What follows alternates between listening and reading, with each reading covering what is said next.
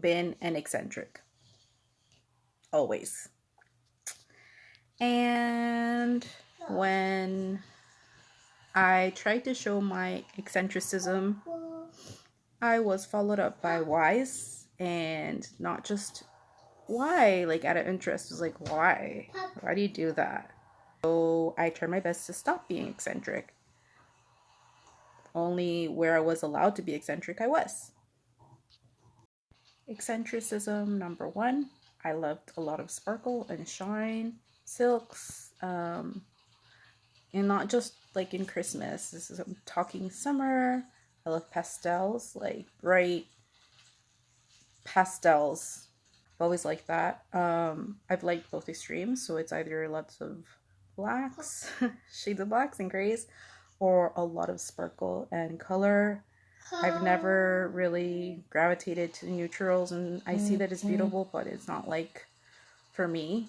Is I always secretly did dance. I was in a dance academy secretly, even in high school, and some of my family members don't know that. So now you know. The most eccentricism that my family would see would be piercings and hair dyeing, or maybe a slight switch in fashion. Never really saw me in my cosplay outfits, except for my mom. She would let me do that at home. Wigs, my handmade outfits, and my crazy nails that I had painted. And of course, if I was going to somewhere like church or there's other people, or even school, I was not allowed to do that. Just looked. I had like those high pointy red ones. I had the small bangs, or the baby bangs or mini bangs that came back recently. I did those myself. I also did that in high school and did get bullied a bit, but I didn't care either at that point. Teeth that I used, like crest whitening strips and anything that had whitening product for teeth, I would use, amongst other things, because I just couldn't handle my teeth looking a certain way. Brush after everything I would eat, and I would try not to drink anything that stained. A little bit more eccentric and allowing myself to just be me little by little. So by this time I'm like 18, and I love anime and dressing like a doll, looking like a doll. I would not go to school without my hair in place, or my makeup exactly as I wanted it to be. With regards to friends, I would just kind of cut them off if they started saying negative things to me. With regards to family, I would put distance, or I will be honest with them. And if they still wanted me to be some traditional ideal version that they wanted me to be, I would just distance myself. Some people call that stuff like, well, they used to like cosplay and all that stuff, kind of like part of the uncanny valley. Now I'm more into like fairy makeup or princess makeup or princess outfits.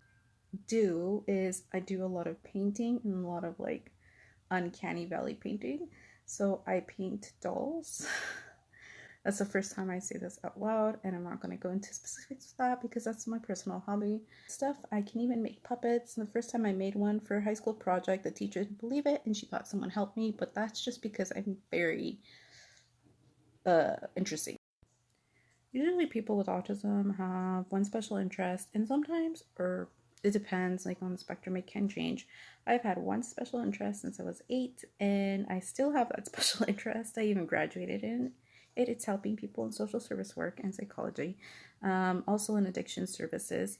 So that has not changed at all since I was 8. That's where it gets kind of difficult because we feel kind of amateurish, really speaking for myself, doing like one or the other thing, and trying to master one thing that you don't want to do, like you've just lost a passion for it. We kind of just leave it at that, and then we feel guilty and bad about it.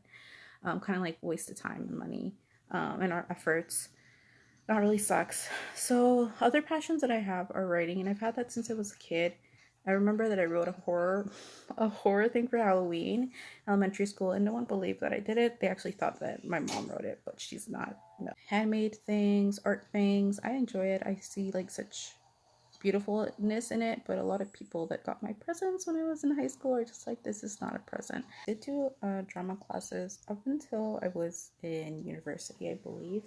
So I went to like some classes from elementary to university academies, and I worked with some cool coaches, but didn't go further than that. And then I also in elementary went to different classes for language. So I spoke in Canada French, and I was in French. So we had French classes. I had Italian and Portuguese class, and I spoke Spanish at home and English. As I got older, my Italian fell, and my Portuguese is kind of like wishy-washy because I don't have people to talk to in Portuguese. My Spanish is fine, my English is fine.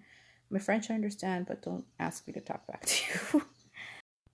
As I got older, I started to learn Japanese, Korean, and Mandarin. Um, and then my Japanese fell through, my Mandarin fell through, and my Korean still continued. However, I stopped because I don't have any more Korean friends, and the Korean friends that I have just really want to speak English all the time. So that's that. Um, Mostly fluent in English, Spanish, and Portuguese now. That had to do with my autism that gave me a reliable schedule. That was the only thing that was really reliable in my life growing up, that was like routine oriented. So every Sunday I knew at what time I had to be ready, what I was doing. As I got involved in like worship team and other ministry teams, then I knew what was expected of me and what so when you know what's expected of you, like at work, you do what's expected of you and you try to go a little bit over and beyond in that. And so I was what they wanted me to be all the time.